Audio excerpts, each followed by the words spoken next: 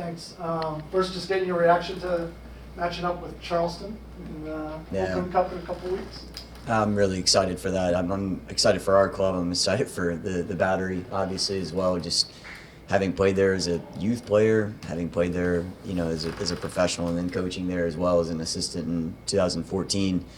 And there's a lot of history between the clubs. I can remember watching those games whenever I was a youth player for the Battery, and it's a special rivalry of sorts that has a lot of history to it. The 2008 final was DC United and Charleston right at RFK, so it's really special, and we're looking forward to being back in the competition again.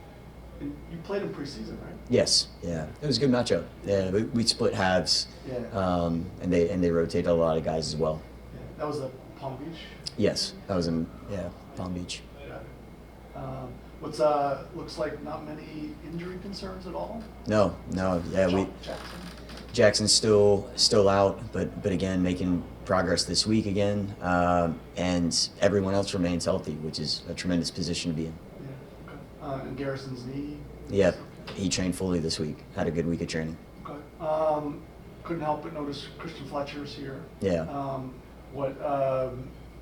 What's his situation now in terms of getting him back eligible and able to play? Yeah, I mean, I probably don't want to go into too much depth on that one, just because I don't think anything's been official yet. But as far as we understand, he's going to be back with us, and once that's all cleared, I definitely will speak on that. But we were happy to see Fletch get that opportunity, and we'll certainly be happy to have him back in the mix with us. Less than a week left now in the transfer window for this early one.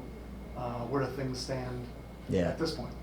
I think it's in a similar position as what I said last week. I mean, there's definitely been activity, and we haven't stopped trying to pursue players. At this stage, I don't think that we're going to bring someone in during this window, but I know that the summer is something that we're going to target for sure. Then one quick one for me. Can you just talk to us about training today? What was the focus leading into the match this weekend against New York Red Bulls?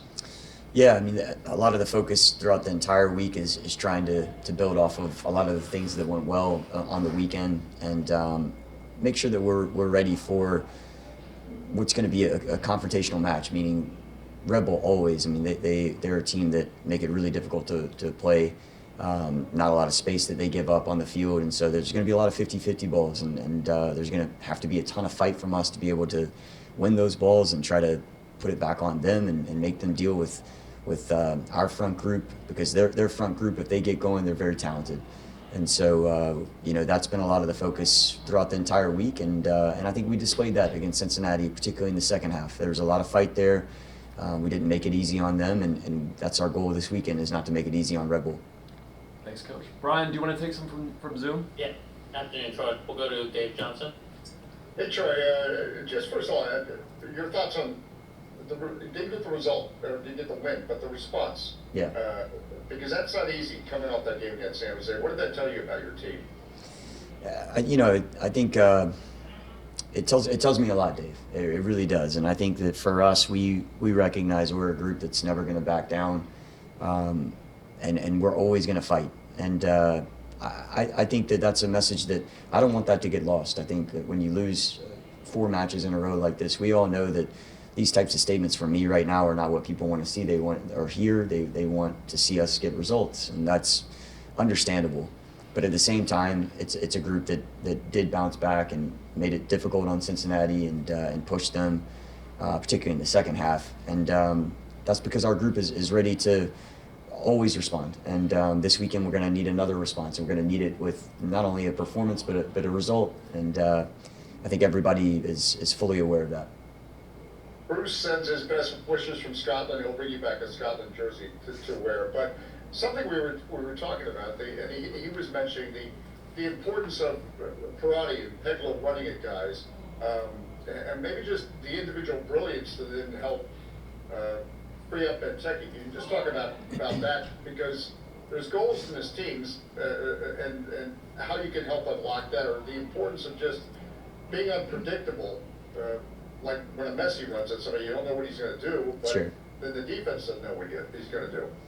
Yeah, I think you're right about that with Peglo and Gabby in particular. I mean, they have that skill set. That's why we brought them here. They're very dynamic dribblers, and they like to go at players, and they can go at players and create something for themselves, or they can go at players and then open up something for a teammate. And we want them to continue to get in the positions they've been in this year, and really get in those positions more often with more output.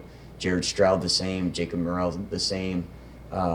Randall Leal, Fidel Barras. We have a number of guys that have that skill set, so we want to bring that out of them even more.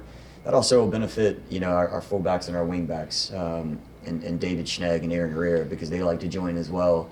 Derek Dodson, Connor Antley coming back in the mix now, who's healthy, and those groups of 10s and fullbacks or wingbacks, they're going to be very important towards us being more versatile in our attack. Next, we'll go to Donald Wine. Thank you. Hey, Troy, I wanted to follow up on obviously the announcement you're playing Charleston in the U.S. Open Cup. I know you played with them. Did you ever get to play in what we call the Coffee Pot Cup back in the day? Yeah, so I think that moved to the preseason event, right? And at the Battery Stadium, the Carolina Challenge Cup is what I think it was called. So 2005 and 2006, I got to play versus DC United, and it was a special experience for me then. And it's a club that means a lot to me, the Battery, and like I said to Steve earlier, the rivalry there is well known for me. I mean, anytime DC would come to town, whenever I was young, I would always want to go to Blackball Stadium and watch them play versus the Battery.